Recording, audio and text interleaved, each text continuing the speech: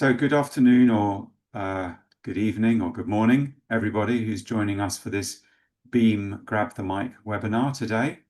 My name is Mike Albu and I look after the Beam Exchange, a platform for information sharing and knowledge about the market systems development approach. And this space is specially designed as a place where people can share their experiences, their lessons, their knowledge, their problems, their solutions. And today, I'm very pleased to introduce Stephan Joss Stephan Joss and Gramos Osmani, both from Helvetas, both working with a program called RisiAlbania in Albania, and they're going to be talking about job creation through quality management in agribusiness. They're going to speak for about 30 minutes, then we'll have questions and answers. Please place your questions, if you have any, for the speakers at any time in the Q&A box at the bottom of this screen. But also please introduce yourselves, talk to other people here. There's about 30 in the room now through the chat box. So use the chat box for chat and the questions and answer box for the speakers. So, as I say, it's great to have Stephan and Gramos here today. I'm going to hand over to both of them, who are going to do a very interesting presentation, I think.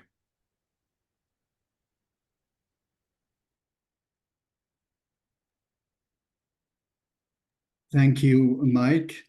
Welcome, and Mirzavini from the both of us, Gramos and myself.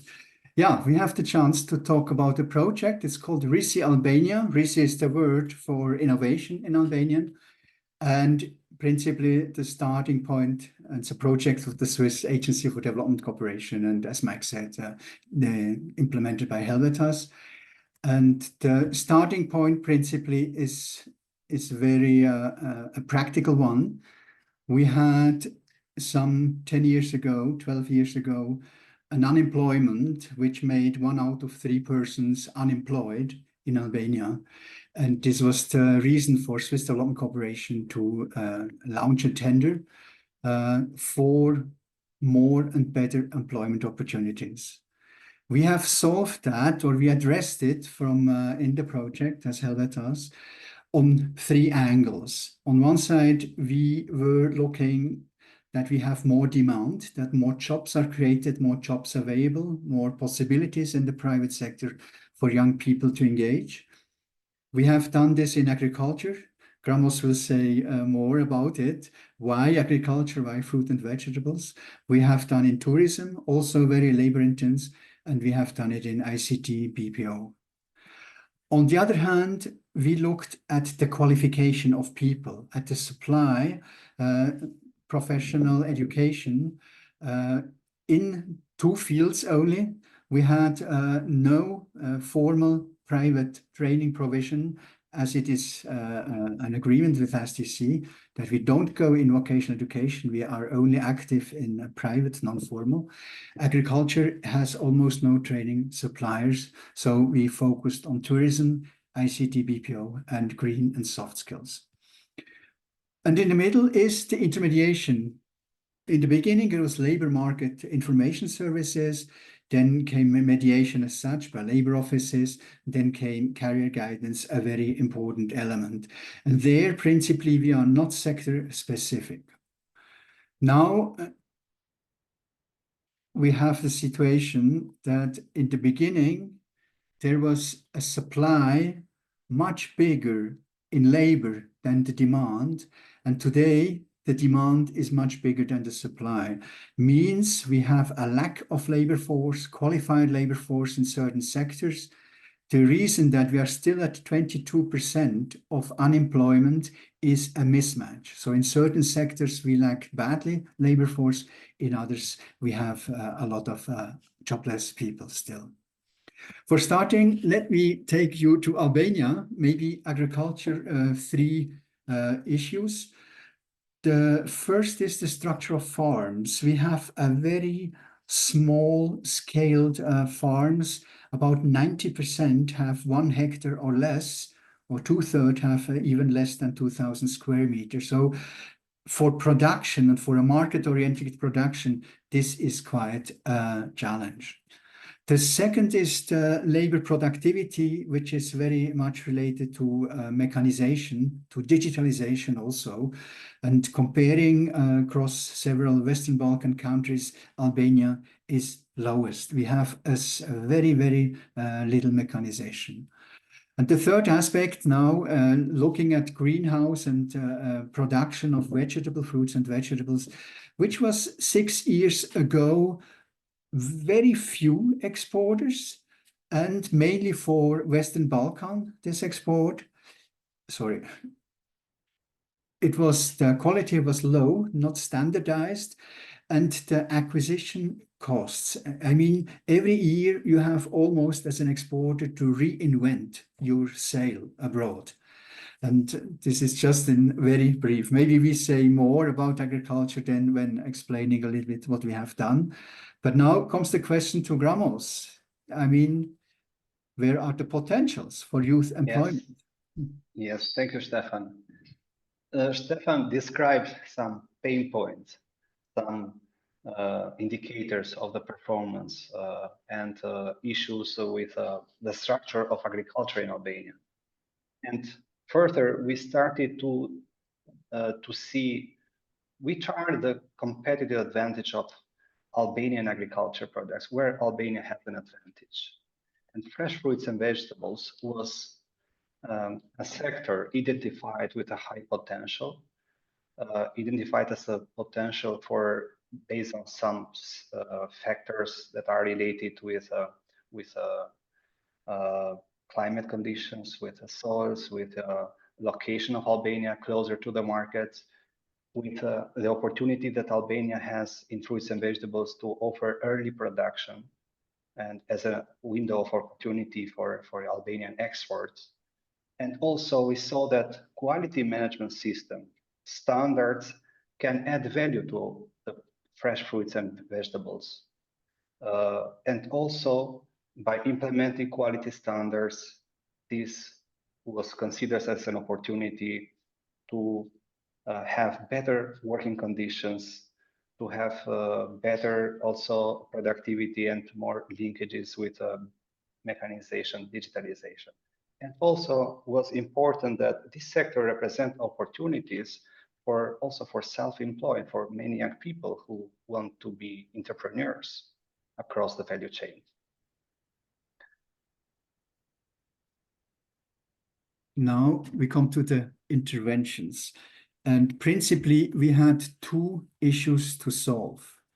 One is the access to market, and one is lack of scale. I mentioned the production structures of the farms. With greenhouses, it's similar, so very small production units. Now, the lack of scale is often linked also with the costs. And we saw that group certification can make a difference in reaching economies of scale. A group certification is about 5,000 euros, and you have to pay it yourself, or if you can share among 12 farmers, this makes a big difference. So with group certification, we had lower costs. And the second problem, the restricted market access, we addressed through global GAP, G-GAP. It is a standard which is wanted in Europe now most by the supermarkets. It could be another standard, but it means a very clear market orientation, so aligning the production to the needs of the market. We have done this in 2 rounds, in a pilot and in a diversification round, where we had new commodities, we had new regions, new people. We saw very early that a constraint is the lack of information. And we had different tools, a Global Gap Conference, a platform that was called AgroQuality. A certifier has created a spin-off, a platform to inform about these standards. And we had many of information campaigns on print and social media. We call it communication for development. It's not only us, it's also our partners becoming active. And then we saw entrepreneurship is an issue. We saw that the expertise for entrepreneurs is an issue, but also access to finance. And now you understand the fellow on the right hand side, what is this fellow doing? He is pulling. It's just, we can not only push and help producers and upstream the value chain, we have to go downstream. We have to talk to the buyers. We did this with stop tours, bringing them to Albania. We participated, our partners, in Fair International, and we even engaged at a certain moment a broker who is very knowledgeable how to address international buyers and linking our suppliers, exporters with the buyers. We saw also capacities are lacking in many ways. We had a Global Gap Academy. These are people who are principally scouts going to the farms, checking very simple issues with the farmers, advising them, encouraging them. And we had the Agriculture University who took a stake with a course for export managers. Compliance came later, but we saw that the way Albanian fruits and vegetables are packed is not the way the buyer wants to see it. And we had a pilot with a company with recyclable Tara, very handy material, very light, decomposable or whatever.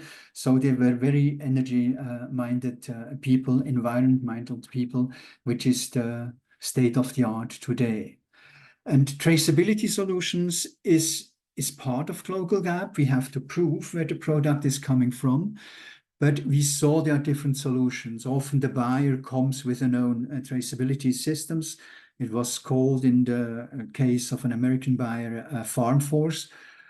We have also, with a local Albanian IT company who was eager to develop a traceability system, developed an own one, an Albanian solution. And this is a little bit also the services. You know, the international service providers are often expensive in their certification. And that's why we encouraged Albanian certifiers to become accredited to make this certification from Albania. So we supported national certifiers too. We have a third one from Kosovo now coming into Albania. So this is developing nicely. And the last aspect principally is the legal framework. For us, not a primary objective, because you see, and you will see, we have started everything with a commodity rational, and then the other aspects came later. But we had a farmer council where from the beginning engaging for better production conditions towards the government. And we had at a certain moment also a national technical working group, means a group of multidisciplinary from different sectors, from research, from service provider certification, from the government, from university, together working on the standards, on the guidelines, working also towards the government to have more conducive conditions. This brings us to results, Gramos. Yes. Now we see a picture that is totally different from 2018. We see young employed people in a warehouse, in an exporter level, preparing the products for the EU to the international markets. This is just an example that shows a little bit the change. In terms of results, around 1,200 jobs were created, where most of the jobs are occupied from women, around 72%. And these are also from rural areas, marginalized persons. Also, there were many young people who also were self-employed as entrepreneurs. In terms of the sector and in terms of the vision of companies, many companies, around 24 companies who are Global Gap certified with their group of farmers. Now they have EU as the main destination export market. And also this new life of them in the export triggered and motivated them to invest in infrastructure, in equipments, to comply with requirements. So certification was the starting point, was a trigger to continue with more investments. in terms of system change, we identified that quality management system served as a way to change the mindset of exporters from the position of being not active and waiting for the farmers to bring their products to the new situation where they offer proactively embedded services, including agronomic advice, support for implementation and the implementation of quality management system. So it was a mindset change to many of the exporters. There was a diversification of export markets of Albania. So concentrated about 80% in 2018 in the non-EU Balkan countries, 5 countries. That was a big risk for Albania with low margins towards to many EU countries and high-value countries that offer better prospects and better future for the exports of fruits and vegetables. On the other side, we saw that also other service providers that are related with the industry adapted to this new change. And here we talked about the seedlings, about the consultancy, about mechanization, technology, who let's say followed this change and they adapted their new services. And what else was important was the regulatory framework. So the response from the government, the response from the regulatory framework, now we have a different situation. We have subsidy schemas dedicated for the global gap and especially for the group certification. And also the government implemented in the national strategy of rural development an action plan how the Albania can increase more the certification and being more successful. I don't want to be long in that, but here is also from the impact assessment that this is the trend of how the exporters who are certified with a group of farmers increase their incomes from 2018 year by year. And this gives just a picture of how was this trend. And what was the most important, they were stable in this trend. They were renewing the certification by themselves when they saw that they established a good partnership in the export markets. Another aspect that also Stephan mentioned in his presentation about working with quality standard, but also with social standards. And this is in a simple way, how was this change? In 2018, we were not talking about the social standard. We had few farmers certified with Global Gap. In the past, many of them were supported from donors, but not renewing the certification. And it was the first time that was introduced the group certification as a more affordable and viable model for the farmers in Albania. And later, this by supporting the pilots, increasing awareness, promoting the successful models, they started to copy each other. And here we are at the situation that we have another situation with Global Gap, that we have more than 24 exporters that are in Global Gap group certification with their farmers, helping them through a quality management system. And also, when we started in 2018, there were a few hectares certified with Global Gap. Now we are more than 700. And also for the first time, we talk now for the social standards, so companies and exporters who are now complying with the requirement of the EU markets with SMETA and GRASP, which are very linked with the labor condition, the social aspect. This is the new panorama, the new picture of this development. But what was the most important? These companies are paying by themselves for the certification, for supporting with services the farmer, and these are indicators that are seen as sustainable in this new development. Good. Now let's come into a summing up. Don't be shocked by this slide, please. Just keep an eye on the vertical where we have the AAER pathway or itinerary, and where we have the timeline on the horizontal. What we did is called outcome harvesting. So we were looking what was happening that we anticipated, but what else was happening as well. And the more we are in the adaptation level, the more we had influence on it, and the expansion response, we had not always influence. As I mentioned, we started with a reasoning for the commodity. So this means we had farmers, exporters, and buyers, international buyers, in our focus. And you see how it developed. You don't have to read the boxes, but you just see how it developed over time, more and more coming. And then looking at the services, input suppliers, service providers, certifiers, populating more. We have 60 boxes. We could have more because more happened, but not everything happened thanks to us only. So we have to be modest, but we see, Gramos just mentioned the government coming with support schemes. Farmers could apply. Global gap was recognized to be supportable, to be supported.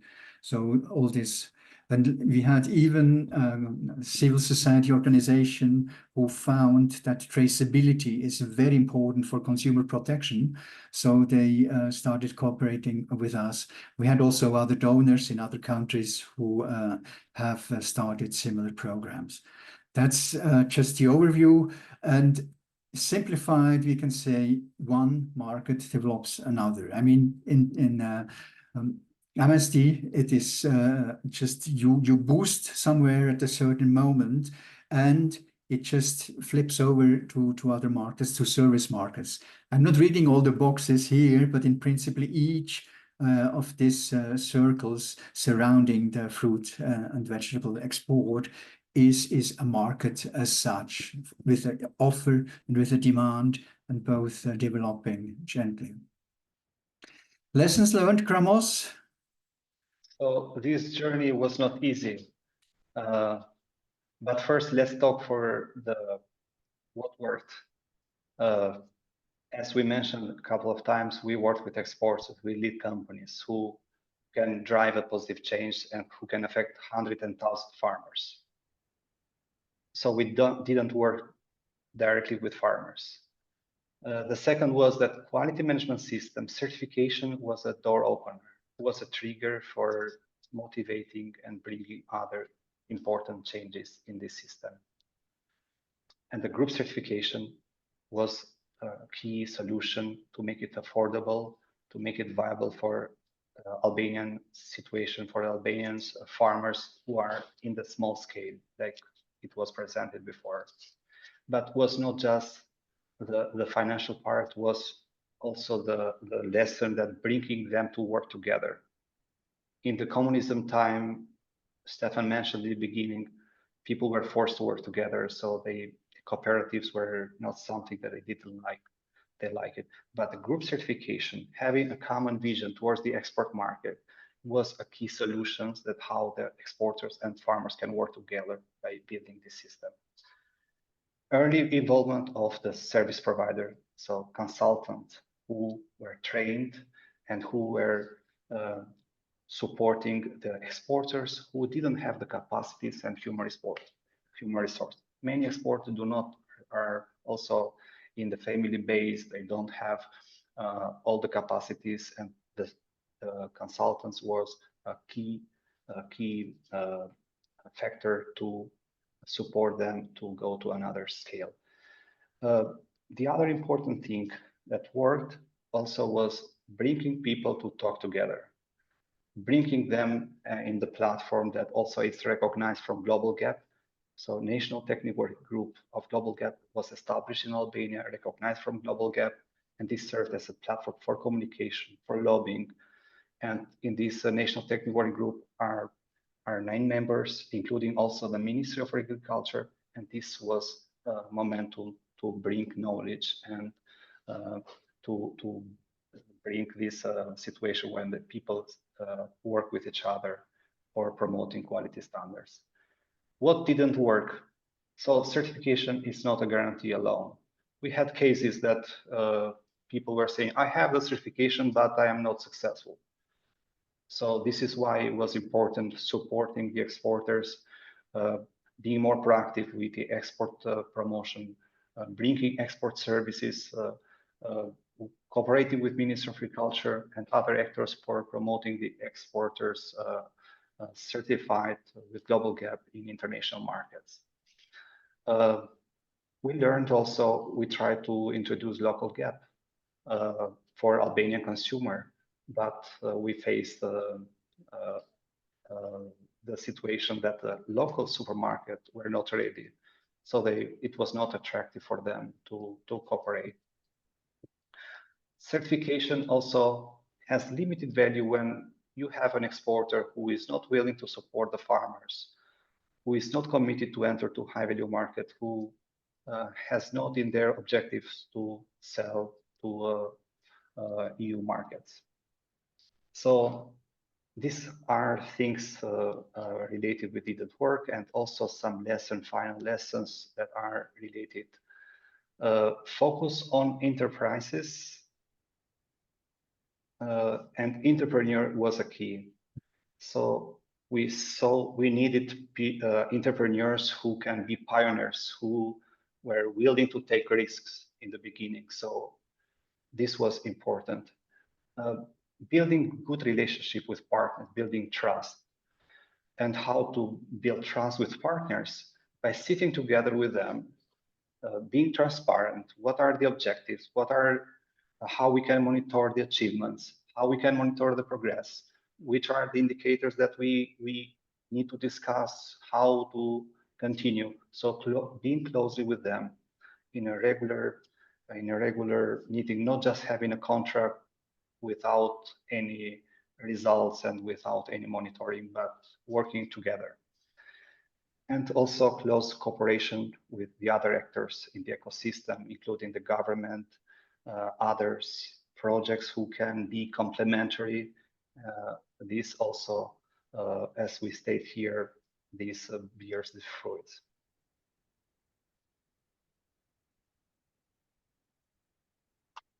Yes, Stephan, I think this is your turn. No, it's your turn, Gramos. Oh. Yes, this is a photo to say thank you, but also this is a photo that in the greenhouse we see people working in different conditions, in a new technology, different from the situation in 2018, they were not motivated to invest. They didn't have the right incentives due to the factors that we mentioned. Thank you a lot for this opportunity. And I think this is also a call to welcome you in Albania as a guest, as a tourist, as potential partners. And we are ready to share our knowledge. So in our website, we have a couple of knowledge from agribusiness, tourism, and other sectors that we work, and also in the BIM exchange page. Thank you indeed. Thank you very much, Stephan, Gramos, for a very clear and well-timed presentation. Really interesting story. And I know some of your slides were very much appreciated, especially that slide that will look so complicated. People really like that, actually, Stephan, now that you used it to show what systemic change looks like in real life situations. That's really helpful. We might come back to that later. There's a couple of small questions already in the Q&A box. I would invite anyone listening, please, to put more questions in there. Just before we go to those questions, I wanted to ask a kind of framing question. Your whole presentation, the project, obviously, a key issue was the ability of Albanian farmers collectively and value chains to reach into and get markets in the European Union. And those higher value markets are obviously a really important driver and context for this project's success. What is Albania's situation in relation to exporting to the EU? Does it have a privileged access? How does it compare with other countries outside the EU? Do you know? Actually, as a candidate country, Albania has some privileges. We don't have taxes for mostly of the fresh fruits and vegetables. And this is an opportunity that the Euro community was offering to Albania, but we are not tapping to this potential because we were not ready to be compliant with the requirements of the buyers. And we were selling more to open markets and not to have closer relationship with high value markets. What we have in Albania is in the status of joining the EU, and not all international trade agreements are done as they should. So compared, for instance, often we compare Albania with Spain. Spain has more international treaties that allow or ease the export, which Albania has not. And we face, I think Gramos knows better, but 5 or 6 borders when taking the Balkan route with fruit and vegetables to Europe, depending also the country, but not to Switzerland. I think it's six borders, and this makes it very cumbersome to export. So the Albanian exporters are still in a less favored position compared to other countries. But I mean to other countries outside Europe. I mean, yeah. Okay. All right. So look, there's a couple of quick questions. Richard Tinsley wanted just a clarification. When you talk about these very small farm sizes, does that mean that people are working part-time mainly on their land, or is it generally a full-time occupation?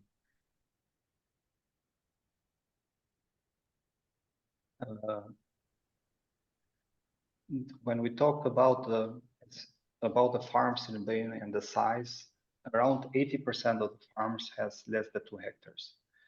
So it's a mix of full-time employed from the family members who are working almost fully during the year, because also mostly of the farms are also greenhouse, solar simple greenhouse, now with a certification towards more sustainability. They have 2 seasons, so they are mainly working during all the year. But also in the times of harvesting, they need a lot of workers who are also part-time workers in the harvesting time in the season. Okay. So it's a mix of things, but also when we talk at the level of exporters who are collecting from 100 to 1,000 farmers, they have also a big numbers of people who are almost employed during all the year. And this was also an important observation, the change that we saw. Before they were working not all the season, not during all the year, because the export were mainly focused on Balkan. Now the EU markets needs product during all the years.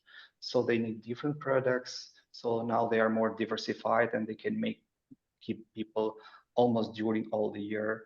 And also working with retailers and with their specification of the small packagings that are ready for the consumers, they needed to hire more people to achieve those standards and specification and processing time. Thank you. Maybe to say also about the importance of remittances. So almost every family has somebody working abroad and sending money back home, which makes in the budget of a family quite a considerable part. So people with such small land holdings, even for high value agriculture, cannot make a living. So they need additional income, which then comes as remittances. Mm-hmm. And we sometimes see also remittances are a bit blocking entrepreneurship. So a family, an entire family then is just relying on this person's abroad, and entrepreneurship in the country is a little bit yeah, hampered by that. We have a net migration of about 100 people a day leave Albania for good. And these are people in the best age, educated people, women and men, which are lacking. Someone, Al Richardson, asked whether the transport network, you just mentioned all the borders, was the transport network, its quality and its reach, a barrier for Albanian producers, and how did you handle that aspect? Can I say something, Gramos? Yes, yes.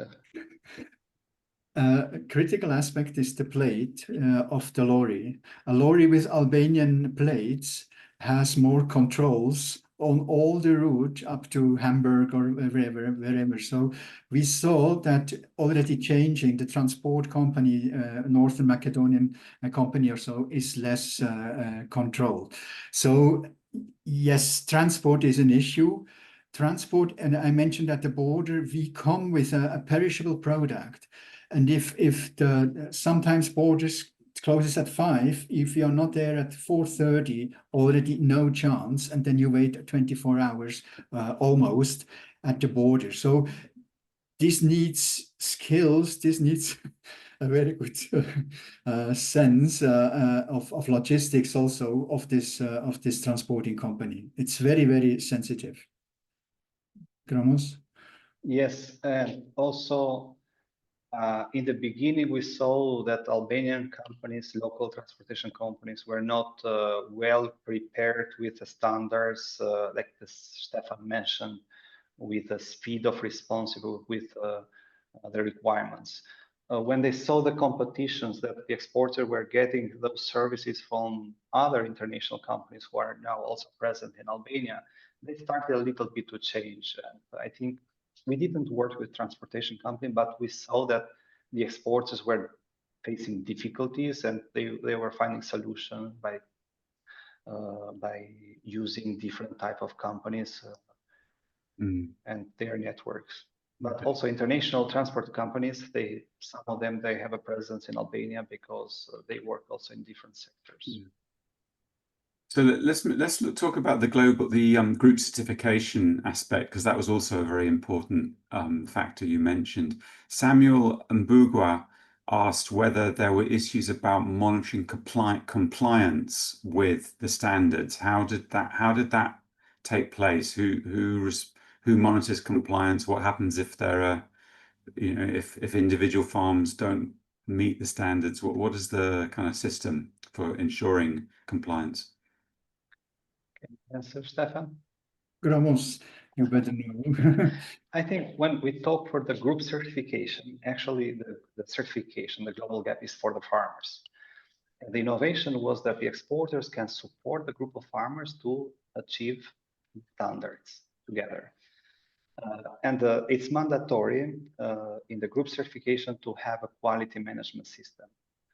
And this quality management system usually was composed from internal staff of exporters and also external consultants who were helping the first year especially to establish this group. And inside this quality management system, people have different roles: inspection, advice, and auditors. So they serve as a mini certification for the group of farmers. Each of the farmers have a file and an inspection and an audit. This is the process, the preparation process before the auditors from international certification bodies come and to verify if they have implemented the standards and the requirement of global gap. So it's a double control from inside this group certification, who have procedures and process to follow, and they need to have also qualifications to do this job. This is why we support it with capacities to have people able to do this. And from the other side, it was an external third party controlled who were coming and control the implementation of the standards. Probably my explanation was too much detailed and technical, but I think that was very helpful, Gramos, actually. Can we shift to a question raised by my very good colleague Clara Garcia Parra at the Canopy Lab? To what degree have you incorporated environmental considerations into the portfolio of the program? For example, have you been looking at other types of certification beyond conventional agriculture? This is a great pleasure to have Clara Garcia part. She used to be part of our team, and she was our team leader, my team leader. And yes, she is part of our legacy. Stephan, do you want to respond to this question? I think. Yes. Also, many boxes in this famous slide go back to Clara. So that's to mention, and we worked together as a team. You know, the issue is the following: we are occasionally mistaken as an agricultural project.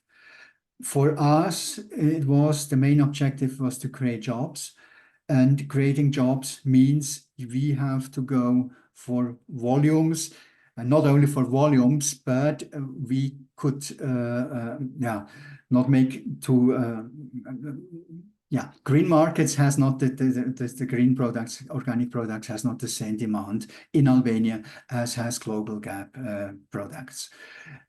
This means we are environmental conscious, but we are principally already happy if the standard is followed, and the standard is fair in terms of environmental requirements. And if farmers know what is the pesticide to be used, is it on the official list or not? What are alternatives not to use a pesticide? I mean, we have thresholds which just come from an environmental perspective or from an economic perspective. Farmers knowing these thresholds and say, now it does not make, it's too late in the season that I would now spend money on whatever product. So we are at that stage, and we are happy if the farmers has this consciousness about environment. We have to be very clear. We talk about greenhouse production. It is not the closest to the nature. The production has plastic foils, has a water consumption, is sealing the soil. So it is not, in terms of environment, an optimal way of producing. But it created jobs. It created jobs in a fair way, in a controlled way also. And that was our main objective. Now, Gramos. If I can add, so the choice to work with Global Gap was a choice that also had in mind that how we can be more sustainable. And the Global Gap, three main dimensions or pillars of Global Gap are the environment, the labor conditions of the human resources, and the third is the food safety. In the environment part, the requirements of Global Gap are very strict in terms of managing the waste, having integrated pest management, being more green, using the efficiency in water, electricity in this aspect. But this is something that also, Stephan, in our portfolio of intervention, we have also worked also on medicinal and aromatic plants, which is more to the greening aspect, to organic, more to the switch from wild harvesting to practice about the cultivation. So I think these were complementary in both sectors, going towards more greening aspect and sustainable and being very cautious about the environment. Thank you.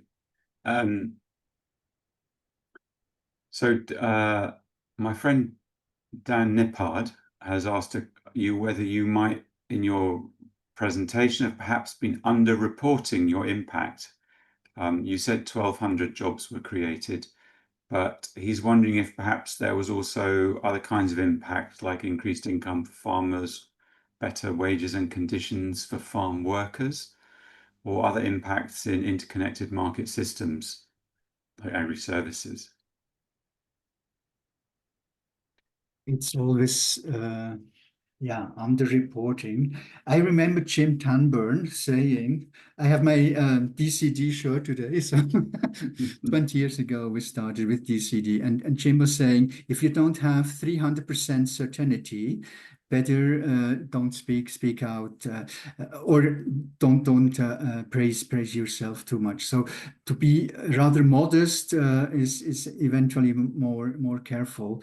What Danis is mentioning, it is aspects that, there was also a question before, somebody before, and saying what is decent, and we consider decent is a way. Principally, it's having a working contract. It's getting a salary on time, a decent salary. It is having perspectives to be employed also next year.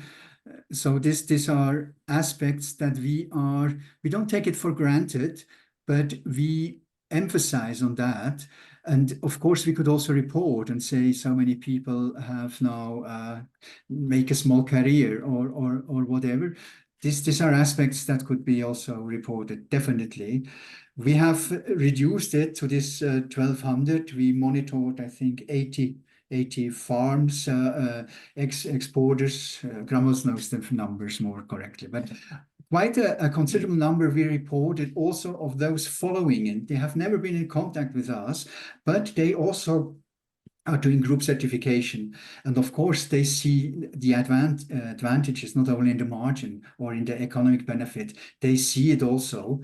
I just mentioned labor scarcity, lack of labor is an issue. So a company, an exporter, is doing utmost possible measures to keep the labor force. And this means to create a good environment, to have a decent communication culture also in the company that is making the employee feeling comfortable. And these are things we could report, yes, but we have not. Okay. Can I ask you about a gender lens on your results and achievements? I mean, have you done anything particularly to focus on making a difference to women in these value chains? Indirectly, yes.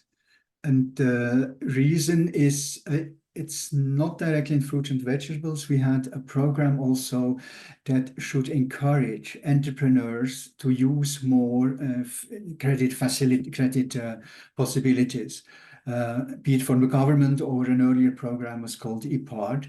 And there we saw it makes a big difference if a business development provider is a woman or has employed women who is reaching out to farmers. And there, being in the service sector focused on women has an effect on farmers, encouraging farmer women. We were not having quotas also on the farm side. This has to do also with a traditional culture, which farmers are more traditional generally. So it's not our aim, but we saw also creating jobs in this business development services, or we have the certifying company is the director is a woman, or we see packaging industry, the manager for marketing, she's a woman. So these are power people showing to others you also can become a power woman in the position. So in this way, yes, very much. And we did some success stories, of course, of all those who succeeded and made it quite public and available to everybody and to showcase, see, it is possible. Okay. We had a couple of questions in the registration process from people who were interested in the relevance or the applicability of the lessons that you've been learning in Albania to other countries beyond Europe, maybe in Africa or South Asia. Someone, for example, asked about the position of a country like Nepal exporting to India. Do you have any thoughts or insights on what might be useful from this program to take to a much wider geography? Gramos, you want or shall I? Yes, continue, Stephan. Not letting you off the hook, sorry. Yes. In development cooperation, we have always to ask, is it better to remain informal or to go formal? So this is case and country and depending on the circumstances. At a certain moment, going too fast for formal economy or so can also have a counter effect on especially small and smallest producers. What I think is important, and we saw it also in Albania, is to build to market orientation, yes, but to build a very solid and we call it robust value chain, that you have understanding as an exporter the situation, put yourself in the skin of the international buyer, and the international buyer puts himself into the skin of the exporter. And this mutual understanding may help to overcome obstacles, which can be informal or not formal, but it's important. Business is about people and to know each other very well. And I mentioned before the acquisition costs. If you have to do it every year anew, this year this situation, this year the other situation, then you are in a difficult position. And I think this is something that is almost universal, that to know your client well or to know your suppliers well. What we saw also is not only with fruit and vegetables, but with olive oil, is to be aware of the value that your product has. I mean, products from Albania are produced in an extensive way. They are fleshy, they are tasty, they are really having features which comes with the product itself. You don't have to make big advertisement of it.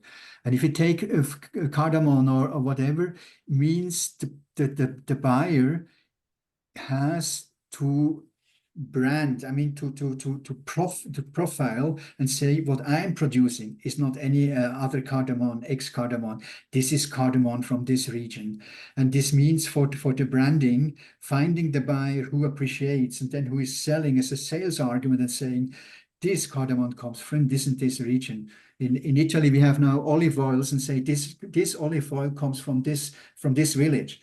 And this makes the trade very special. And there's a clientele of consumers who are grateful for that and say, yes, I pay a little bit more, but I have an affinity. I know where it comes from, and these people are doing great work. Thank you.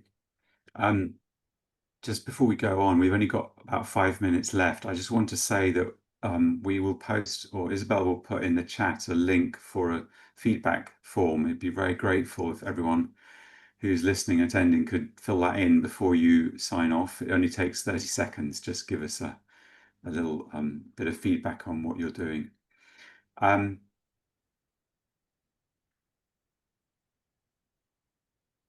Yes, there's a comment. I don't know if, Stephan, you can't see the chat, but Daniel's pasted a note. He said, you should feel happy and proud to report some of the additional impacts so long as you declare your measurement methods and the confidence you have in your claims. Then the listener or reader can make up their own minds. I'm 100% for honest and modest reporting, but in your case, there's a possibility that 300% certainty might be counterproductive. I hope Jim isn't listening.